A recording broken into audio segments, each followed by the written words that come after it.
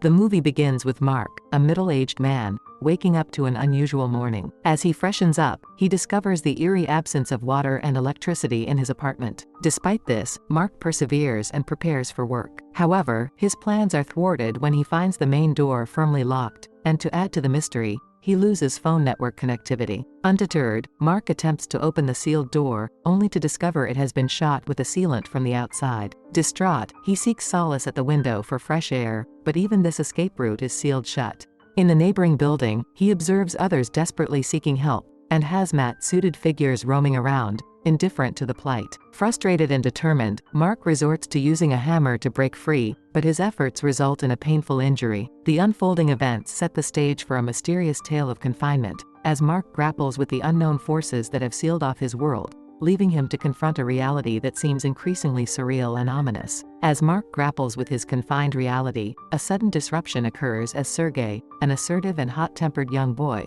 breaks through the wall into his apartment. Alongside Sergei, his little brother Nicu and a few more neighbors, Sally and Aiden, emerge through the hole in the wall. It becomes evident that the entire floor has been mysteriously sealed from the outside. Aiden, a government officer, expresses his fear about the situation, anticipating that something ominous is about to unfold. Despite desperate attempts to call for help, the group is met with silence.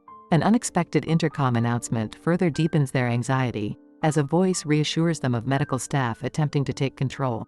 Amid the uncertainty, Sally, a nurse, attends to Mark's wounded hand, providing stitches and a moment of relief. As the group engages in small talk, Mark recalls his elderly neighbor Enid. Urgently, he directs Sergei to break down the wall to Enid's apartment. Upon entering, Mark discovers Enid peacefully sleeping, unraveling one layer of the mysterious events surrounding them. In the following scene, the group gathers by the window, eager to unravel the unfolding events. Hazmat suit-clad workers are spotted constructing temporary medical tents in the neighborhood. The intercom rings once more, this time attributing the situation to a noxious gas leak and urging everyone to stay indoors. However, skepticism brews among the group, particularly Aiden, who suspects that authorities are concealing a more dire truth. Mark observes medical workers spraying disinfectants and escorting infected individuals to their camp. The situation takes a grim turn when a man attempting to escape is shot by a sniper, sending shockwaves through the onlookers. Soon after, the hazmat-clad employees forcefully enter nearby apartments, dragging residents out if they resist. Witnessing this, Mark and the group come to the chilling realization that the medical staff could reach their apartment at any moment.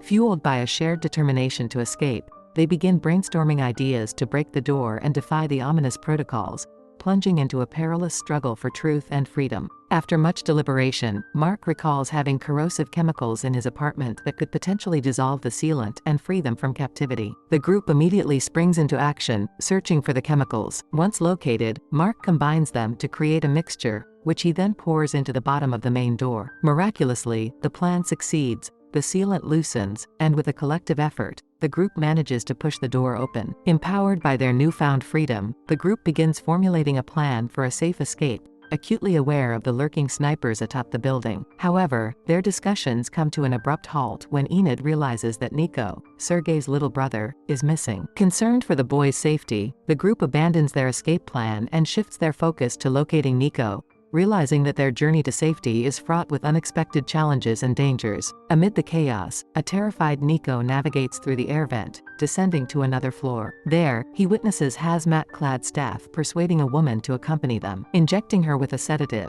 the situation takes a dire turn as the woman starts coughing uncontrollably and collapses, hinting at a deadly airborne threat. Back on their floor, Mark finally locates Nicu and attempts to rescue him by throwing a makeshift rope through the vent. Before Nicu can grab hold, the hazmat-wearing staff spots him and forcefully pulls him away. Fearing for his brother's life, Sergei, armed with a baseball bat, and Mark swiftly heads downstairs. Arriving at the scene, an enraged Sergei confronts the hazmat individuals. In a fit of fury, he lashes out, resulting in one of the staff members dying on the spot. Sergei seizes the opportunity, grabbing the remaining staff member and forcibly escorting her to their apartment. Sally, sensing that something is amiss, discovers smoke grenades among her belongings, raising suspicions about the situation. As Mark attempts to interrogate Hazel, the female staff member, Sergei takes matters into his own hands, parading her to others with a note that reads, "I've got one." Despite initial tension, Mark gently engages with Hazel, trying to understand the gravity of their predicament. Hazel, the hazmat-wearing staff, reluctantly reveals they're to help. However, Mark's attempt to remove her protective suit triggers fear, leading him to conclude that their surroundings have been infected with a deadly virus. Threatened with the severity of their situation, Hazel starts disclosing information. She unveils the grim reality of a deadly virus spreading through the area, causing symptoms like vigorous coughing, difficulty in breathing, and even blindness. Despite scientists working tirelessly, no cure has been found. When Mark questions the shutdown of communication systems, Hazel exposes a government conspiracy. She discloses that the authorities are withholding information from the public to prevent panic, revealing the complex web of deception and danger to the group. As Hazel unravels the truth about the deadly virus, she discloses the panic-buying frenzy triggered by the public's fear, including the absurd stockpiling of items like toilet paper. She emphasizes that heightened panic only exacerbates the challenge of containing the virus. Hazel grimly reveals that the people in the room have a 50-50 chance of contracting the virus. Sergei, consumed by anger once again, reacts impulsively, grabbing a knife and tearing off Hazel's protective clothing.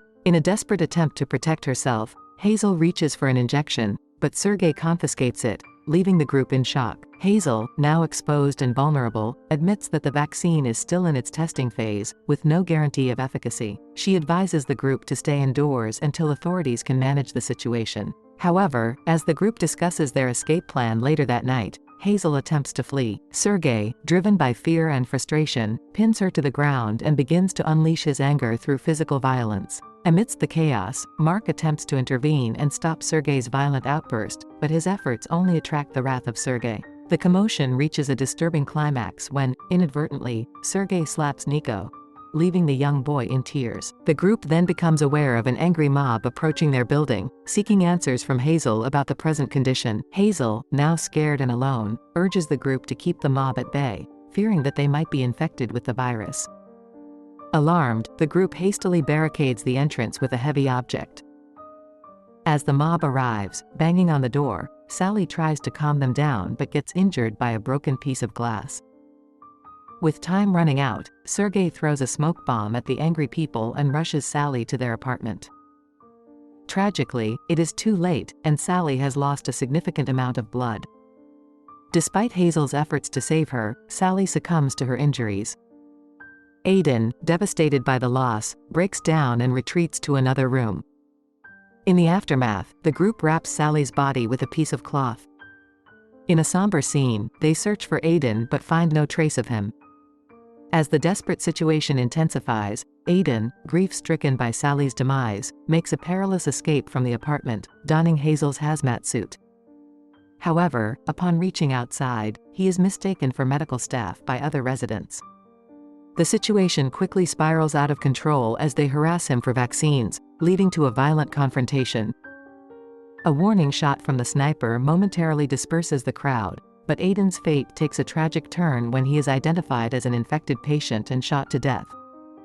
Meanwhile, Sergei, ever vigilant, spots a group of residents rushing toward them.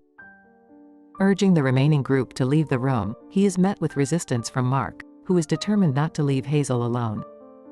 Tensions escalate as Sergei, driven by rage, knocks Mark unconscious with a baseball bat, leaving Hazel vulnerable. In the aftermath, Mark regains consciousness and rushes to search for Nicu and the others. Peering through the window, he witnesses a horrifying revelation. Two hazmat-clad individuals are preparing to release poisonous gas around the building, plunging the group into an even deeper nightmare of despair. Reunited with the group, Mark launches into an immediate attack on Sergei for the earlier assault. The confrontation escalates to a dangerous point where Mark is on the verge of choking Sergei to death. Enid intervenes, managing to calm Mark down. However, their reprieve is short-lived as poisonous gas envelops the surroundings, forcing the group to flee to the rooftop. On their way, Mark notices Hazel's lifeless body, and grief washes over him. Meanwhile, a surviving resident seeks help from Sergei, only to be met with brutal violence. Sergei's relentless assault is halted by other residents, who capture him. Desperate for help, Sergei screams to Mark, but with no viable option, Mark closes the door and continues guiding Enid and Nicu to the rooftop. After a struggle, the group finally reaches the rooftop, where, for the first time in days, they breathe fresh air. In a momentary respite, they decide to rest there. The next morning, as Mark prepares to escape, he discovers Enid has passed away in her sleep. Left with little Nicu, Mark is determined to protect him at all costs.